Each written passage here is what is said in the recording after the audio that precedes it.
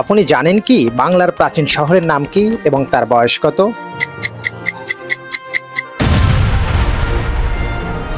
যেখানে আজকের বাংলাদেশ, সেখানে ছিল একসময়ের গৌরবময় এক সভ্যতা। ২৫০০ বছরের প্রাচীন পুণ্যনগর ছিল উপমহাদেশের প্রথম সভ্য নগরী ও রাজধানী। পুণ্যনগর ছিল প্রাচীন বাংলার প্রথম রাজধানী, বর্তমান যেটাকে আমরা মহাস্থানগড় নামে চিনি। এটি বাংলাদেশের বগুড়া জেলার শিবগঞ্জ উপজেলায় অবস্থিত। ঢাকা থেকে প্রায় ২০০ কিলোমিটার উত্তরে। প্রত্নতাত্ত্বিকদের মতে এটি খ্রিস্টপূর্ব ৩য় শতাব্দীতে গড়ে ওঠা বাংলার প্রথম নগর। পুণ্ডনগর ছিল পুণ্ডবর্ধন জনপদের রাজধানী। এই নগরী ছিল শিক্ষা, ধর্ম, সংস্কৃতি আর রাজনীতির কেন্দ্রবিন্দু। প্রাচীনকালে পুণ্ডনগর ছিল মৌর্য সাম্রাজ্যের অংশ। তারপর গুপ্ত সাম্রাজ্য, পাল ও সেন শাসকদের অধীনে ছিল এই অঞ্চল। মহাস্থানগড়ের দেওয়াল, দুর্গ, পুকুর আর প্রাচীন স্থাপনা আজও সাক্ষ্য বহন করছে বাংলার সেই সুপ্রাচীন সভ্যতার। মহাস্থানগড়ের গুরুত্বপূর্ণ নিদর্শনের মধ্যে রয়েছে মহাস্থানগড় দুর্গ, গোকুল মেধ বা বেহুলার বাসর ঘর, পরশুরামের পুকুর, জিয়াত কুণ্ড বা কুয়ো। ১৮০৮ সালে প্রথম প্রত্নতাত্ত্বিকদের নজরে আসে মহাস্থানগড়।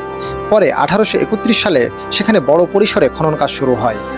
প্রত্নতাত্ত্বিকরা আবিষ্কার করেন প্রাচীন ইট, মুদ্রা, পোড়ামাটির ফলক, দেবদেবীর মূর্তি, এমনকি পাথরে খোদাই করা মহাস্থান নামক শিলালিপিও সেখানে পাওয়া যায়। এটা থেকে এই স্থানের নাম রাখা হয়েছে মহাস্থানগড়। মহাস্থানগড় শুধু বাংলাদেশের নয়, গোটা দক্ষিণ এশিয়ার ইতিহাসের জন্য গুরুত্বপূর্ণ। এটি ছিল প্রাচীন বাংলার প্রথম রাজধানী। এখানে হিন্দু, বৌদ্ধ, জৈন ও মুসলিম সব ধর্মের নিদর্শন মিলে।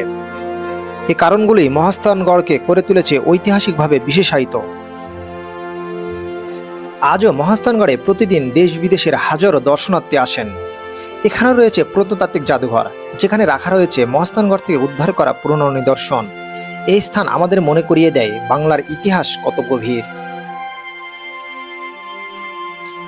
এই ছিল বাংলার প্রাচীনতম শহর মহাস্থানগড়ের গল্প, যেখানে সময় থেমে গেছে হাজার বছর আগে।